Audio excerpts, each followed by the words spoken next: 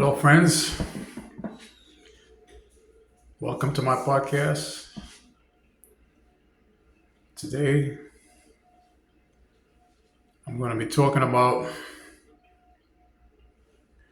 some recent developments in Caribbean in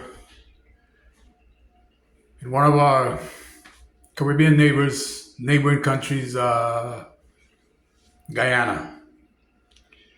which is in the tip of South America.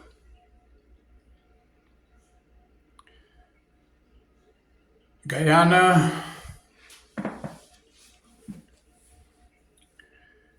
is comprised, its population is comprised mostly of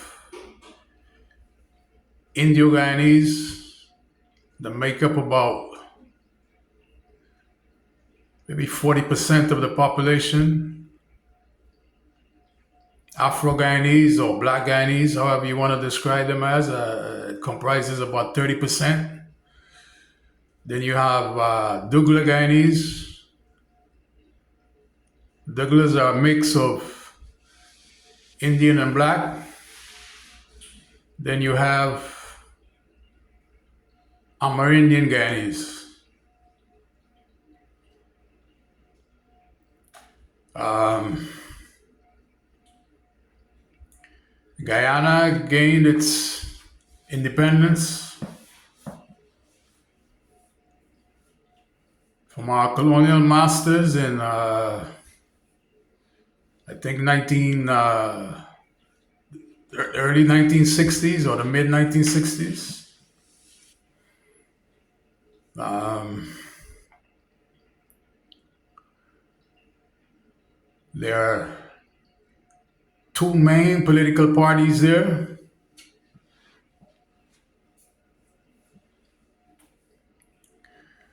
Um, the most well-known leader that they've had was Forbes Burnham. He was a Black Guyanese. He ruled from the 60s until his death, I think in 1985. He was a straight up dictator. Every decision he made was race related.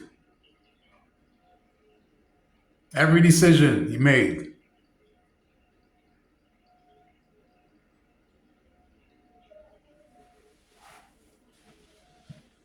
He ruined the economy and took Guyana from being one of the most productive countries in the Caribbean to a lost state.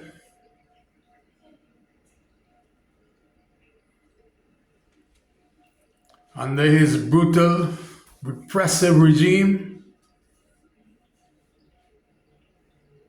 it was almost a war declared against Indian Guyanese. Multiple murders, multiple robberies, multiple rapes. So in that time period, under his rule from the 60s to 85, there was an exodus of thousands of Indo-Guyanese to the United States.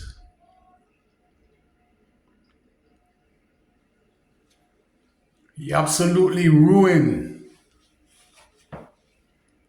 the Guyanese economy.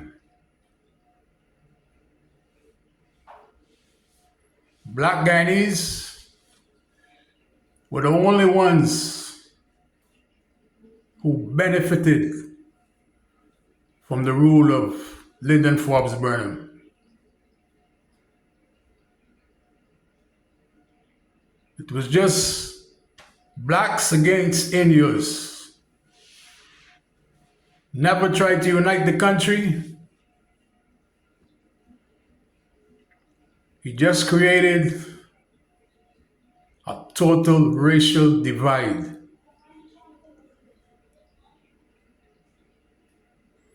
between 85 and 2015. Guyana has had a few different presidents, but none of them have been able to really unite the country.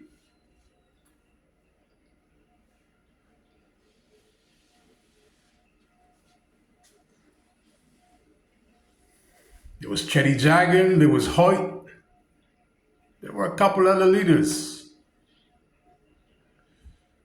But Forbes Burnham created that racial divide that none of those other leaders were able to close.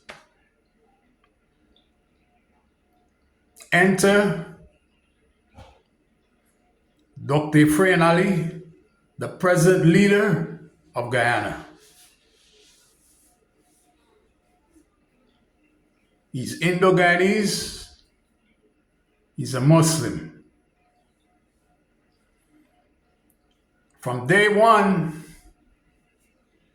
this guy, his motto has been One Guyana.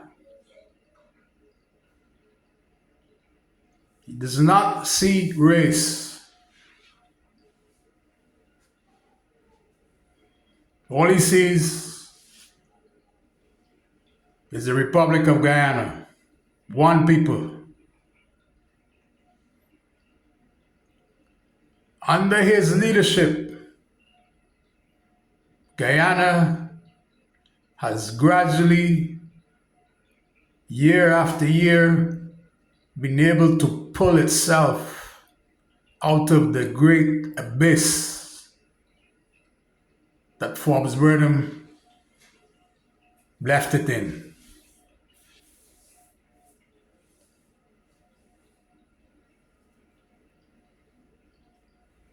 The guy has been totally fair-minded.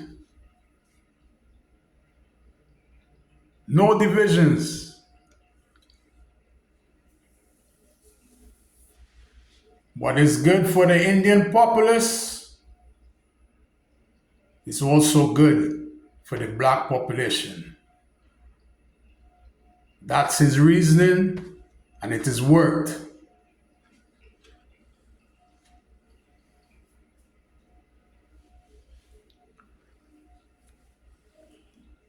Of course, the opposition parties in Guyana are going to try as hard as possible to undermine his administration. They're going to concoct lies.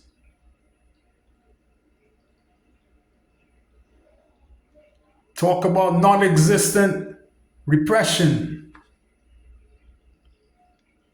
That black people have been excluded from his government. All kinds of nonsense. But I asked them to produce the receipts.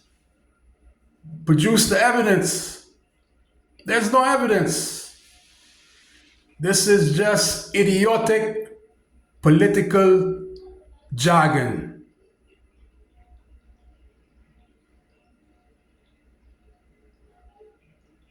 This is the nonsense that politicians use to create divisions in countries.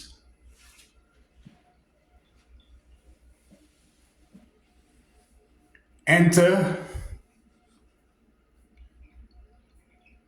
Hakeem Jeffries and a delegation from New York City. couple weeks ago, they went to Guyana and demanded to have a sit down with President Ali. He refused, and he was right to refuse. What right does a congressional delegation from the United States, comprising of Congress people from New York City, the Carolinas, I think one of Texas, one or two other southern states, what right do they have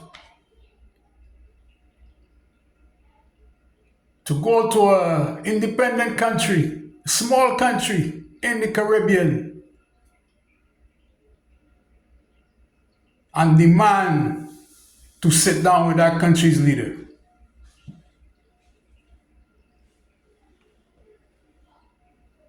Try to scare him, intimidate him into meeting them. This is total buffoonery.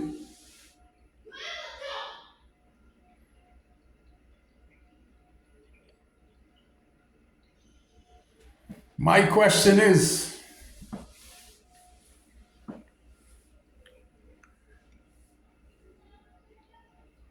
who are the ones that paid for this congressional delegation to go to Guyana? That's one of the questions I would like to have answered.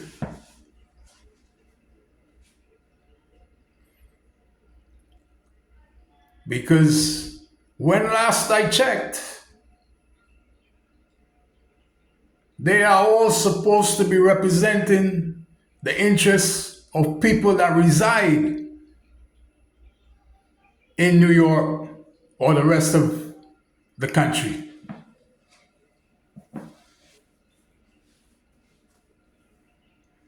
It makes no sense at all.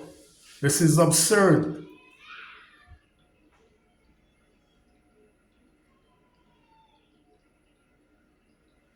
New York State Attorney General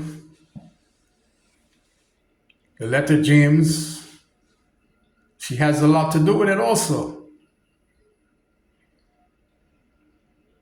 She's part of the threats being made towards President Ali and his government. One would think that with all the problems that New York has, New York City, the influx of migrants that came with the extra baggage, with the gang affiliation that has now secreted itself in our communities here in New York City.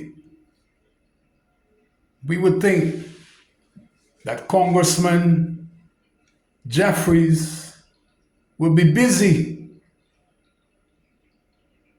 with his aides trying to come up with solutions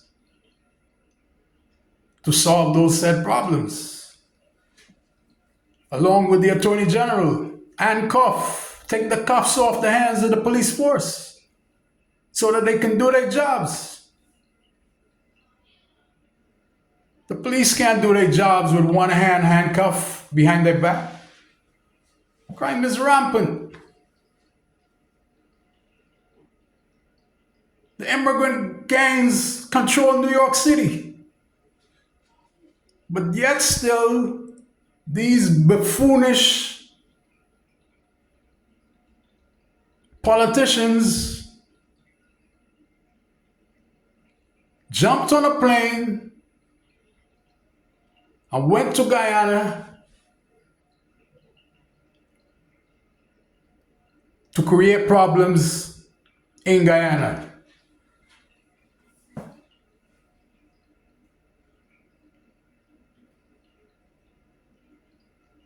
But yet still, they have no answer to the problems that plague New York City.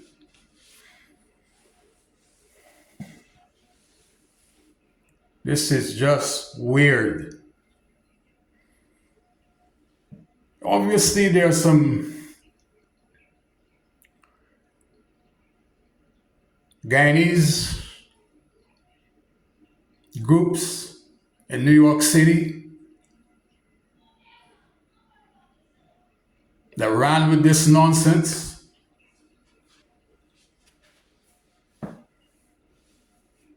and got the ears of these Congress people and of the Attorney General.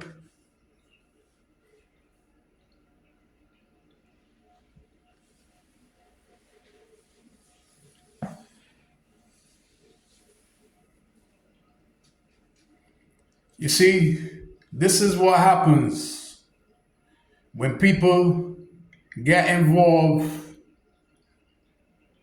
in issues that they know nothing about.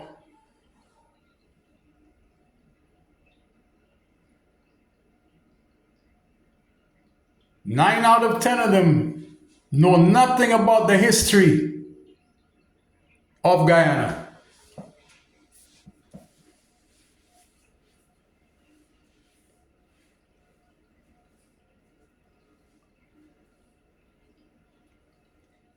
So obviously, the first thing they interject race into every discussion,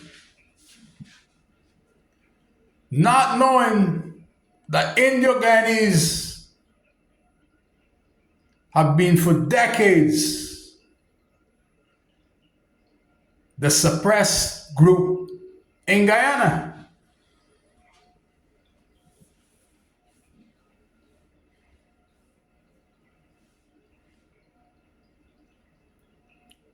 This is a very, very bad look for our elected officials here in New York City.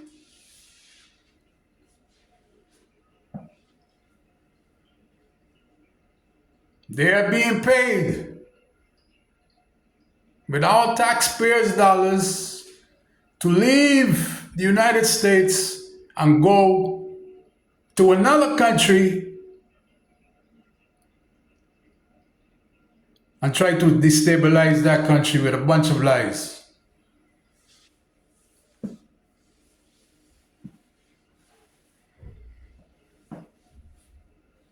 This is a bad look, a sad look.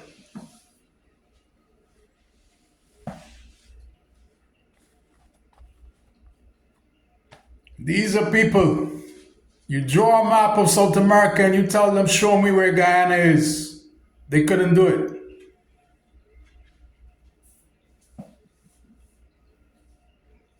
But they just listen to a bunch of concocted stories and lies and form an opinion. Oh, black people in Guyana being are suppressed and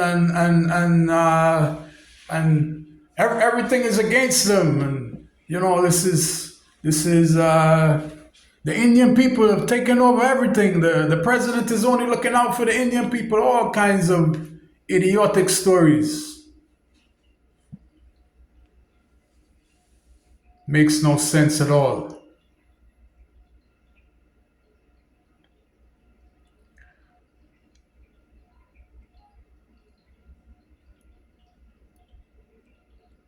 So to you, Mr. President,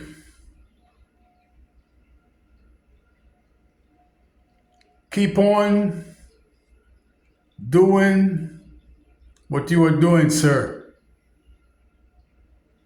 You have been able to pull Guyana out of the abyss. Do not be sidetracked by these hate mongers.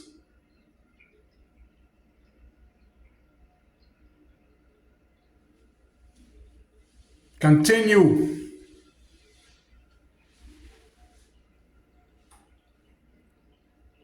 One Guyana.